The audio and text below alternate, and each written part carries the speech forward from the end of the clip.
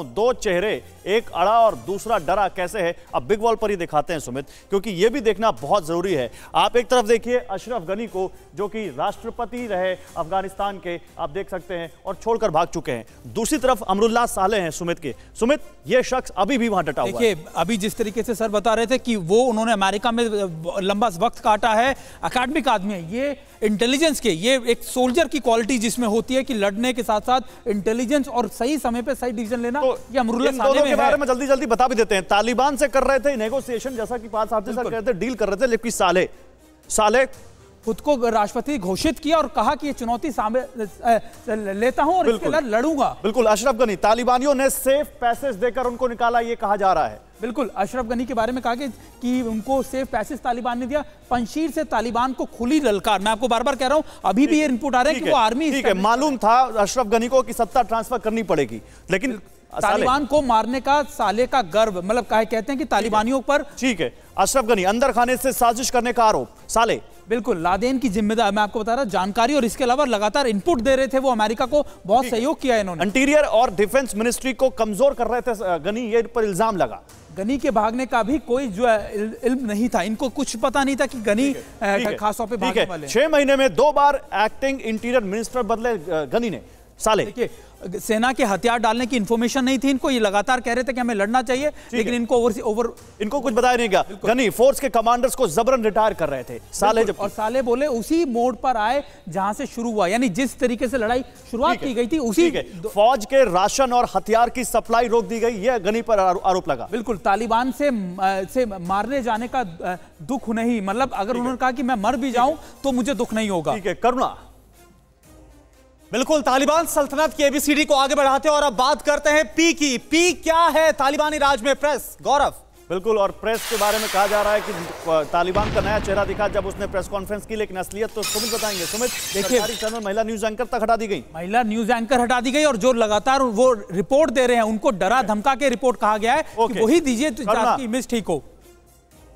बात करते हैं क्यों की, फटाफट जानते हैं क्यों क्या मतलब तालिबानी सल्तनत में कयामत। गौरव, बिल्कुल, कयामत तो अफगानी लोगों पर टूटी है, इसमें कोई दो राय नहीं है, और ये बिल्कुल सही बात है। कयामत, काबुल में कयामत, जान बचाकर लोग भागने को कैसे मजबूर हैं, एयरपोर्ट पर दिख रहा है। करुणा, आर का हम रुख करते हैं। आर का मतलब तालिबानी सत्ता में क्या है? रिफ्यूजी। गौरव, और ये कहीं ना कहीं सीरिया और लीबिया की तरफ तो नहीं बढ़ रहा है देश, जहां लाखों और करोड़ों रिफ्यूजी पैदा हो जाएंगे। अफगान रिफ्यूजी को कौन सा देश शरण देगा, ये देखना होगा। टर्की और ग्रीस ने तो दीवार खड़ी कर दी। करुणा, बिल्कुल गौरव, फटाफट एस को समझ लेते हैं, और एस का मतलब सामने आता है साले, जिसका आप जिक्र कर रहे थे। गौरव, साले वो शख्स हैं जो अभी भी तालिबान से लोहा ले रहे हैं, और अभी भी वो वहां पर स्टील नर्व्स दिखा रहे हैं। तालिबान को चुनौती देने के लिए ये शख्स अकेला डटा हुआ है। करुणा, बिल्कुल, और टी का रुख कर रहे हैं। टी को समझ लेते हैं, तालिबानी सल्तनत में क्या है तालिबान। गौरव, तालिबान तो वो है जो पूरी दुनिया को इस वक्त उसने हैरानी में डाला हुआ है। कितनी जल्दी कैसे ये आ गए, क्रूरता की हदें लगातार पार कर चुके हैं ये लोग अफगानिस्तान में। करुणा, यू को समझना ही बहुत जरूरी है, और यू का मतलब निकल कर आता है यूएसए। गौरव, अमेरिका, ये है सबसे बड़े विलन इस वक्त के। तालिबान से लड़ने गए, 20 साल तक लड़े, लेकिन फिर दुम दबाकर भागना पड़ा, और अफगान संकट के सबसे बड़े जिम्मेदार यही माना जा रहा है देश।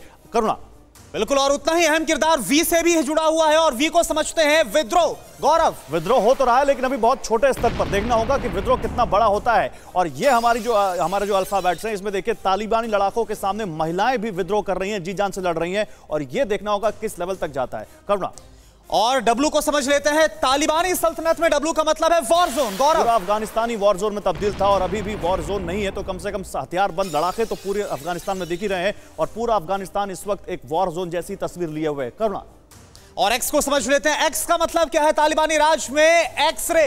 गौरव, बताइए। बिल्कुल, और ये सबसे बहुत ये जो एक्सरे है, ये समझना होगा। तालिबान की कथनी और करनी एक्सरे मशीन में अभी तक फेल हुई है। वो जो कह रहे हैं और जो कर रहे हैं, दोनों में बहुत अंतर है। करुणा, बिल्कुल, और वाई को देख लेते हैं। वाई का मतलब क्या है? वाई का मतलब है यादें।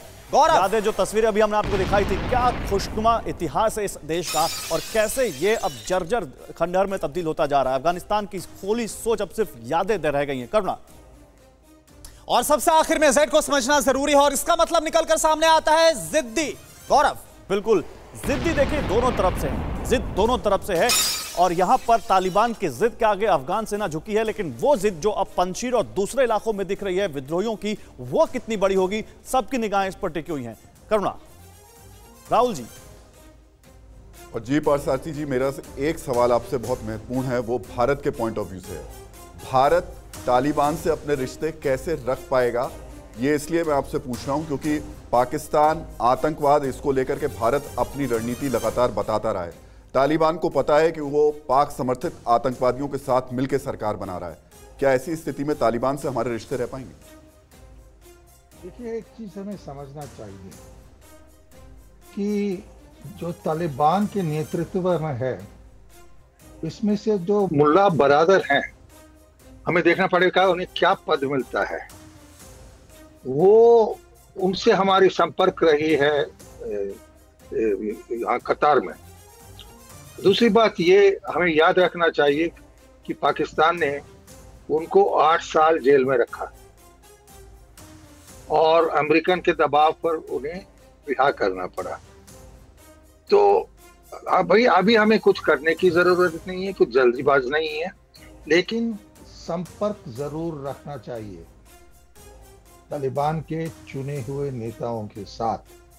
वो ही कूटनीति होती है, लेकिन साथ साथ सार्वजनिक तौर से जो भी वो करें, खास तौर पर महिलाओं के खिलाफ, उसे हम अंतर्राष्ट्रीय स्तर पर उठाना पड़ेगा। एक तो हमारी नियत ठीक होनी चाहिए ना।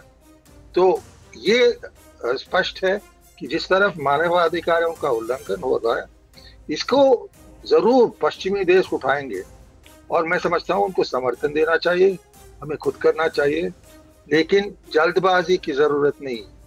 अगर हम किसी समय कुछ महीनों के बाद ये सोचें कि कुछ वहाँ हमारे डिप्लोमेट्स को भेजना, जरूर सोच समझ कर करें और यही मेरे ख्याल में किया जाएगा। क्योंकि अगर आप मोदी सरकार के जो जी धीरे धीरे पार्थ सर, आप जो बोल रहे हैं कि पूरी दुनिया जो है अब तालिबान से इंटरैक्ट करने की सोच रही है, लेकिन काबुल और अफगानिस्तान के लोगों को तालिबान कबूल नहीं है। फिक्र आपकी, सोमवार से शुक्रवार रात 9 बजे सिर्फ TV9 भारतवर्ष पर।